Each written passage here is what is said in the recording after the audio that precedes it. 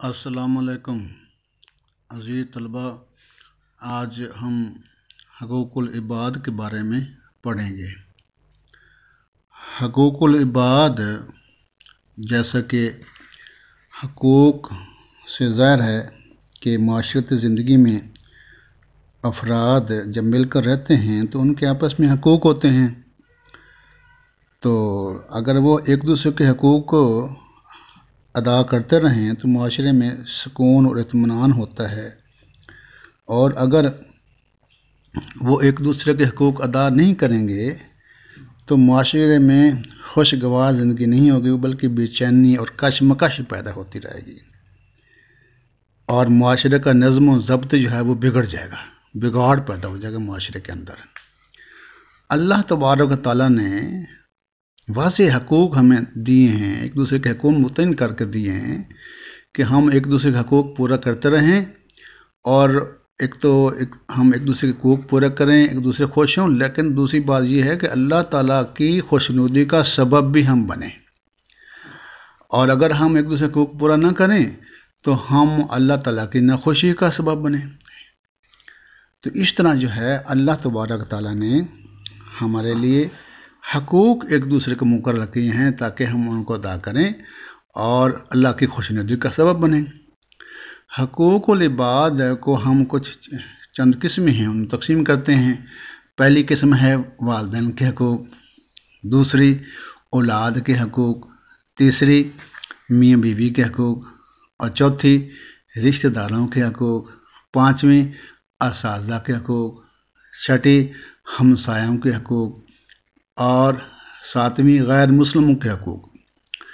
अब हम बारी बारी थोड़ा सा रोशनी डालते हैं कि वालिदैन के हकूक़ क्या हैं। वालिदैन के हकूक़, वालिदैन से मुराद कि ये वो हस्ती होती हैं जो कि औलाद को दुनिया में लाने का सबब बनती हैं, इसलिए उनको खुश रखना ये वालिदैन औलाद की ज़िम्मेदारी है, क्योंकि वो इंसान को वजूद में लाए हैं और उनकी परवरिश की है, उनकी तरबियत की है। लिहाजा वालिदैन के औलाद पर बड़े एहसानात हैं, इसलिए कि उन्होंने बड़ी कुर्बानियाँ दी हैं, उनकी शफ़क़त से उनको पाला, और अल्लाह तबारक व तआला के बाद वही वालिदैन ही हैं जो कि उसकी परवरिश करते हैं, और मुश्किलात से, ज़माने की धूप से वो उनको बचाने वाले हैं।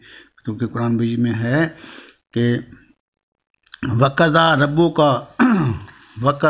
रब्बुका अल्ला ताबुदू इल्ला इय्याहु बिल वालिदैनि इहसाना इम्मा यबलुगन्ना इंदकल किबरा इहदहुमा औ किलाहुमा फला तकुल लहुमा उफ़्फ़िन वला तनहुरहुमा वक़ुल लहुमा क़ौलन करीमा वख़्फ़िज़ लहुमा जनाह ज़ुल्ली मिनर रहमति वक़ुल रब्बिरहमहुमा कमा रब्बयानी सग़ीरा।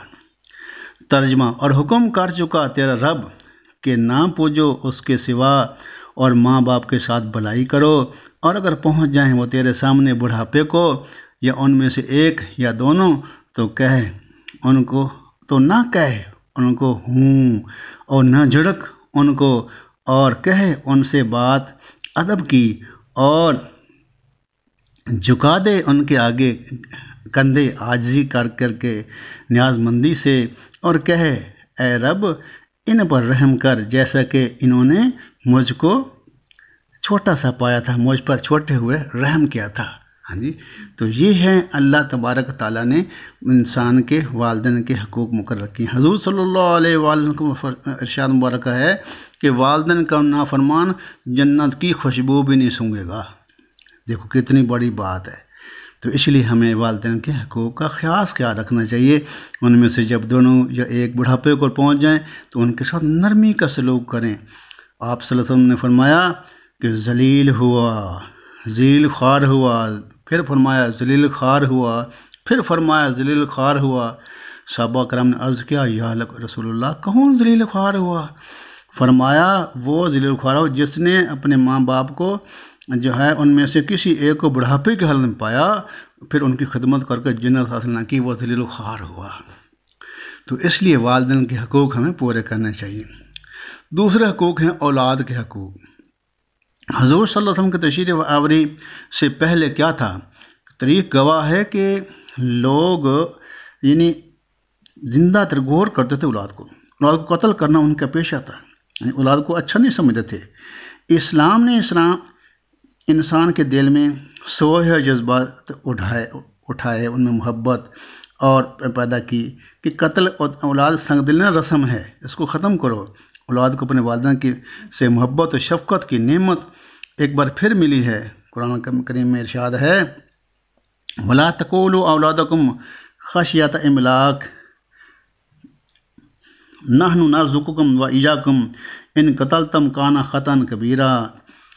ترجمہ، اور نہ مار ڈالو اپنی اولاد کو مفلسی کے خوف سے، ہم روزی دیتے ہیں ان کو بھی اور تم کو بھی، اور بے شک ان کو مارنا بڑی خطا ہے۔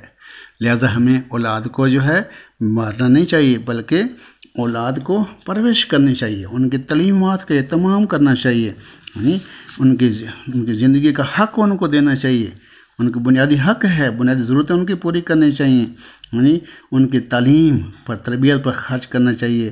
اگر والدین یہ جملہ حقوق بحسن خوبی ادا کرتے رہیں تو نہ صرف یہ کہ انہیں اللہ تعالیٰ کی خوشنودی حاصل ہوگی، بلکہ ان کی اولاد ان کے بڑھاپے کا سہارا بھی بنے گی۔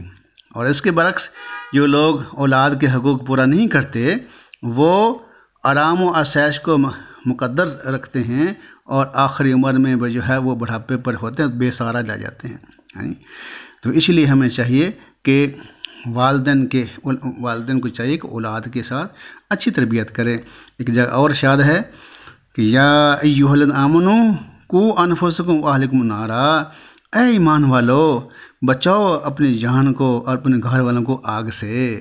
تو لہٰذا اللہ کے نبی نے کیا فرمایا کہ اپنے اولاد کو آگ سے بچاؤ، دوزخ کی آگ سے بچاؤ۔ تو لہٰذا جو ہے یہ اللہ تبارک و تعالیٰ چاہتے ہیں کہ سارے کے سارے انسان جو ہے دوزخ سے بچ جائیں۔ اور حضور صلی اللہ علیہ وآلہ وسلم نے بھی اپنی اولاد کے حقوق کے بطریق احسن ادا کیے اور اسے نیکی کی راہ پر لگائیں، تو نہ صرف یہ کہ وہ دنیا میں اس کے لیے راحت اس کا سامان بنے گی، بلکہ آخرت میں بھی ان کے لیے بخشش کا ذریعہ بنے گی اولاد۔ اگر انسان جو ہے اپنی اولاد کی صحیح طرح پرورش کرے گا تو یہ اس کے لیے جو ہے بخشش کا ذریعہ بن جائے گی۔ ٹھیک ہے، تو آج ہم 2 حقوق پڑھتے ہیں، انشاءاللہ بقیہ جو ہے وہ اگلے لیکچر میں پڑھیں گے۔